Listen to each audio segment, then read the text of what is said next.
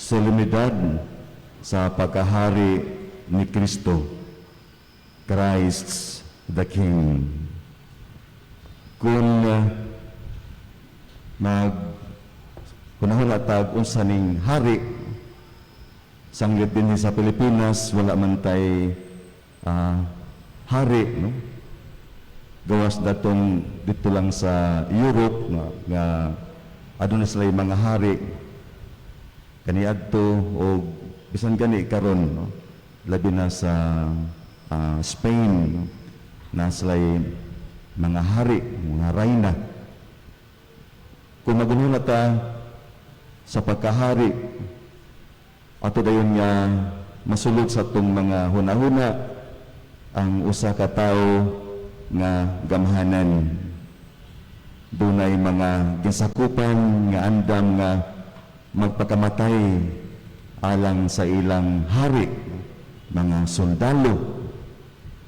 Punapot sa mga pinayalan diha sa iyang palasyo, naglingkod sa usa ka trono o nagsulob og mga mahalon nga mga sapot, no?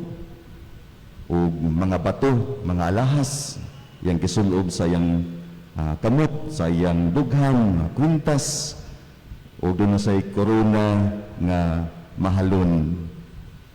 Lami o kaon kay hari man o ilimnon. Apan kung maghisgot ta sa pagkahari ni Kristo, maigsuon atong makita ang atong Ginoo nga iyang trono dili gibuhat og mga mahalon nga bato. Ayang trono mao ang krus. Ang iyang crown dili gihimo og mga ruby o diamonds. Ang iyang korona gihimo sa tunok-tunokon, mga tunok ang korona sa atong Ginoo. Wa siya mga mahalong nga sapot, gani nagbitay siya sa krus nga nagbahag lang. Ingani ang dagway sa atong hari. Usa ka hari nga imbis siya mo'y alagaran, usa ka hari nga imbis siya mo'y panglitdan aron di siya mamatay, siya usa ka hari nga nagpakamatay aron maluwas ang katawhan, aron mahawas ang katawhan sa sayop ug sa sala, mapuntog ang dautan ug makapuyo sa kinabuhing walay katapusan. Mao ni ang atong hari nga atong gi-celebrate. Usa ka hari nga naghatag sa iyang kinabuhi, nagpasakit nga pagkamatay aron kita mabuhi. Ug tungod na mga igsuon atong paningkamutan nga atong matagaan og himaya ang atong hari, ang atong Ginoo nga si Jesus.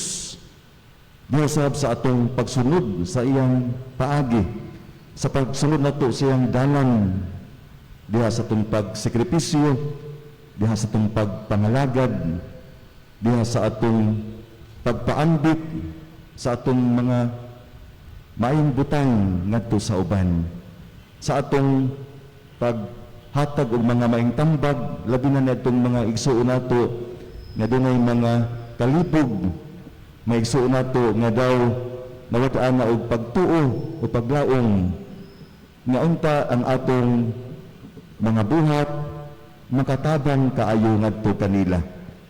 Ang atong mga tambag, ang atong mga pagpagtudlo, no? Kay sayod ta nga gitagaan ta katakos sa Ginoo. We are gifted to give, no? Matud pa sa tema sa 500 years of Christianity nga atong gisaulog nga naatay mahatag, naatay mahimo nga makatabang punta nga atong mga igsuon maluwas. Kaya dili di ay nga maluwas ka nga magsulo, di day nga bahala mo diha manikamot kog ako diri, dili di ay ang kaluwasan kinahanglan di ay nga anaa ang pagtinabangay, ang pag-inunungay, ang atong paambitay sa usag-usa, labi na sa atong kinabuhi. Nga makagiya ta o maigsuon nato, labi na itong mga wa na musimba, nga atong matagaan o mayo nga ehemplo, aron sila makasimba. Usahay manggod kita mahinungdan yung uban, dili na musimba. Kay nata, sige tagsimba, unya nag-abot na to sa balay, sus, mga gihapon, mugawas gihapon ang mga pagpamiste, no? Mag-away, niya, magbalikas. May nga ng uban, may pagdilanta mo simba, makasa, matag samot, musimba ta. Ito mga silingan, musimba tuod, pero inig-uli. Sus, mga himalikas kayo. Ngayon sa daot ko masang pari, mamalikas. Wala nga, maningkamo ta mga igsuon, no? Nga, ato sang kuyan, ang atong pagtuo. Dili ta nga kutob lang ta sa pag-ampo. Okay. Kung kutob lang ta sa pag-ampo, nga wa tay buhat, nan ang atong gihimo walay bili. Walay nada. Kung ampo lang ta pero wala tay gibuhat. Kung mao na nga ang atong pag-ampo, atong dad-on ngadto sa atong mga buhat. Ug mao ni ang mga usaping sa mga butang nga makahatag og himaya sa Dios may suon nga mo'y nagtan-aw nato naghatag sa atong kinabuhi. Kay ang purpose ngano nga kita tag kinabuhi aron nga daghan ang makaila sa Dios. Daghan ang mahibaw sa Dios nga naaday Dios ug tubod kana sa atong pagpuyo sa atong kinabuhi nining kalibutana. Ubos ang igsuon sa atong pagpadayon atong santos nga misa karon atong gisaulog ang pagkahari ni Kristo. Siya usa ka hari nga nangalagad sa iyang katawhan. Mihatag siyang kinabuhi aron kita maluwas.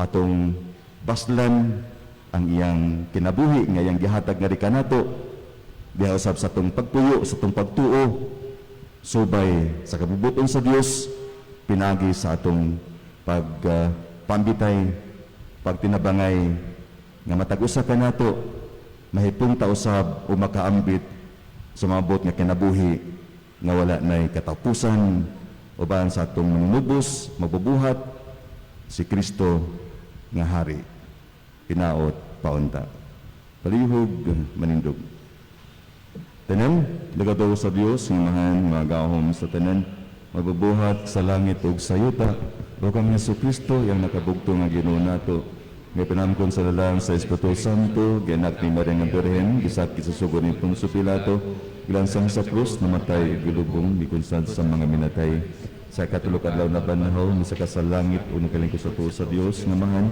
nga magahom sa tanan gikan didto mo balik siya paghukom sa mabuyog sa mga minatay. Nagatugo sa Espiritu Santo sa Santa Iglesia Katolika, sabitan sa mga santos sa suluan sa mga sala, sa rubanhaw sa lawas o sa kinabuhing dayon. Amen. Uban sa himaya